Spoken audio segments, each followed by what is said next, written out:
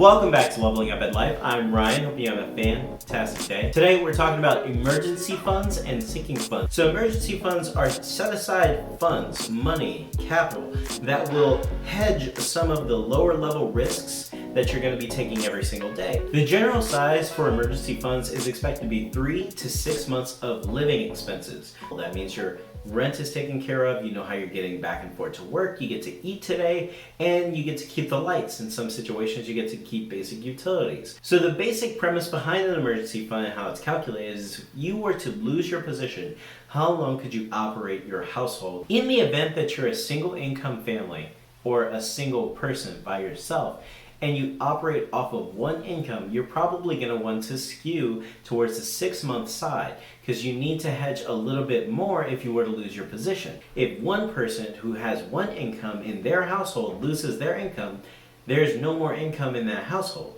But if two people were to operate a household together and they make two different incomes, which are independent of each other, then there's a little bit less risk because you've diversified your income sources. So why doesn't everybody just go for the 6 months? Well, there's two reasons for that. One, and the major one, is it's an opportunity cost to you to be able to have that money sit aside there. So if you have thousands and thousands of dollars, tens of thousands or $100,000 sitting there doing absolutely nothing in a savings account or even 2% just getting inflation, it's not invested. It's not invested in something that's dedicated to actually making you money.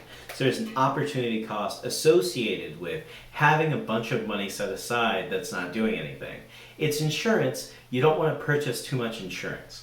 The other factor of having a large emergency fund is you have to get the money to do that. It takes time in order to build up that amount of money if you don't have like dedicated income streams that go directly towards it. Essentially, anything you are trying to do other than build the emergency fund needs to be put off to some degree to be able to put the money here.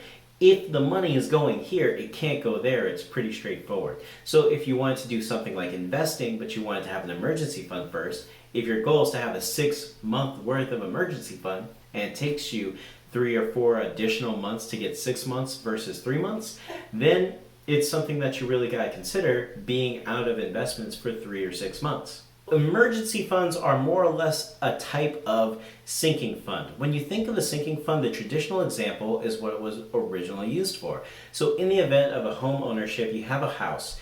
It has a roof. The roof has a lifetime associated with it. It could be 10 or 30 years. When you're about to replace that roof, it's not going to happen tomorrow unless there's a hole that pops into your roof. But it's not going to happen tomorrow. You sink money into this fund in order to throw it all at the roof when it's time. You don't know exactly when it's going to happen, but it's going to happen. The same thing is true with an emergency fund. You're not sure when an emergency will happen, but of course they happen. Other examples of different types of funds include car maintenance funds or home repairs. Things like clothes or fund monies or entertainments, vacations, Christmas. These are all things that either have predictable timelines so you can save up for the large expense, or they have unpredictable timelines but you know they're going to happen, so you should plan for them anyway. We have an emergency fund set aside and various sinking funds. So on the emergency fund side, we have about 3.5 to 4 months saved. That's because we are able to handle decreasing our lifestyle to meet a much lower burn rate in order to have a longer period than just the 3.5 to 4 months. And we also have 2 incomes. So with 2 incomes and the ability to decrease our lifestyle, we're comfortable with the amount of money set aside. In addition to that, we also wanted to get back into investing as soon as we could. So the aspect of having the money saved aside, wanting more saved aside, versus the other things that we're sacrificing in order to save that money. So things like investing or the other sinking funds that we're about to go into would not be started until we finish the emergency fund due to the priority of the emergency fund. So some of my favorite sinking funds are also kind of in line with the same mentality. There's either an expected timeline for these things to happen so I can plan them, I know exactly how much they would cost or a rough idea I can estimate, or they have absolutely no time frame and they are of course going to happen to a certain degree. So on the expenses that are large side, we have something like the car fund, We do know over the course of a couple of years from now, we're expecting something like 2.5 to 4 years. Somewhere in that range, we're going to be purchasing a new vehicle. We know how much we want to spend on that vehicle, so over a period of these 2.5 to 4 years, we're putting away so much money in order to spend towards that vehicle, so it's not going to be a huge burden when we're ready to actually purchase it. We're also looking at the same kind of timeline for a house. So looking at that timeline somewhere in the 3 to 5 year range, we want to be able to save up a down payment to get a mortgage on a home that we like in a certain location that we're interested in. So another large expense that we have coming up in the next few years is a trip to Japan. We want to enjoy the culture there. It's going to be a huge shock for both of us, but we're engaging with some of the languages, some of the different shows that they have going on, and we want to just enjoy some of that culture. So we want to set aside funds in order to set that as a priority in our finances. So Christmas happens in December. It happens almost every year at about the same time. You're gonna spend some money towards Christmas, so plan how much you want to spend and get that money set aside now so that you will have it when you're ready.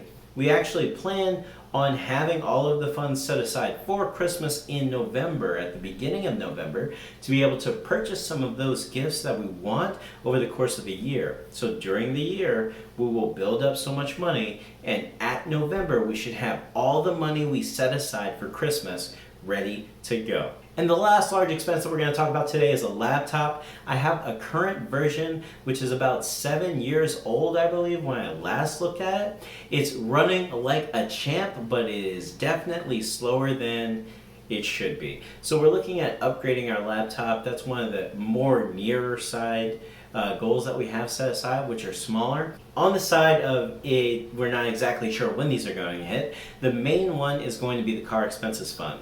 So with car expenses, you know you're going to need to do some maintenance on your vehicle. It's going to happen in the next couple of months. You know it's going to happen, but you're not exactly sure what's going to break first. Cars are complicated, but you do have the expectations of, I know the make and model of my vehicle, I know exactly how much mileage it has, I can estimate how many miles I put into it per year. Over the course of a year, here's how much money I expect to spend on maintenance of my car. Just set that, divide it by 12 per month away in car maintenance, and let it ride, pun intended. Another one that most people don't really think about is work reimbursements. So if you're working for a company and they expect you to purchase items, tools, food, random things for the company on your own card just because it's significantly more convenient, we will reimburse you on the next paycheck. We're good about it, and you can trust that they'll do that. Work reimbursements may be a fund that you might want to look into. It's one of those let's get it started and then never touch it kind of funds. So you set away a couple $100 because that's how much you expect to ever spend over the course of 2 weeks with this company for their stuff. So you just set that money aside, and whenever the reimbursement check comes back in, it goes to replenish that fund. So you don't have to keep putting money into this fund unless you know it's going to be bigger than it's supposed to be. But it also kind of keeps those expenses tracked in its own category, and it makes accounting for those reimbursements very straightforward. Another one not very many people think about is donations. So we set aside a certain amount of money per month in order to give away to a charity or a cause that we can see ourselves giving a lot of money away to in the future, or something that we're really engaged in or were really engaged in previously. It's just a certain amount of money, and it kind of flexes those muscles because giving is a majorly important part to building wealth. One fund that is definitely fun is the blow money. So blow money is essentially each of us have our own amount of money that we get per month. It's a fund, so it can accumulate over time if there's small savings goals that we have that are independent of each other, but we get to toss this money at whatever we would like to. So that impulse Amazon purchase, blow money. So that extra visit to the yogurt shop, blow money. If you want some ice cream, blow money. It's essentially just money that's set aside so that we can do whatever we would like to with it. It's something that we both agree with as far as the dollar figure going towards that fund, and if there's ever a disagreement about where our money goes in the blow money, it is considered throwaway money. The last and the absolute best fund. And if you do none of these other funds, you really should do this one. You should really do the car maintenance and the donations, but you should do this one too, is books. Always have a certain amount of money set aside specifically to purchase books. We set aside a certain amount of money per month that's going to be dedicated to purchasing whatever books we would like. So that can be the ebook, the audiobook, the physical book, whatever kind of book that you desire, and you just purchase it. A huge thing that I learned a while ago is if you ever just want a book in the moment, get it.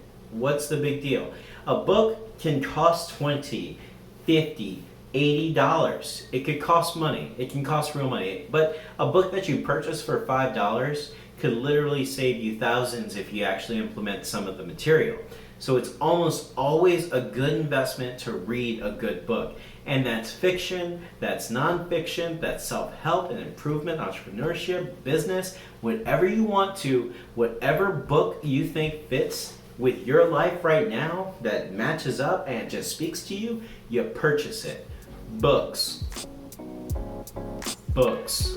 So those are some of the funds that we use on a day-to-day basis or a yearly basis. Let me know if any of those resonate with you, and if you learned anything, get a book fund and let me know in the comments what book you're gonna get first.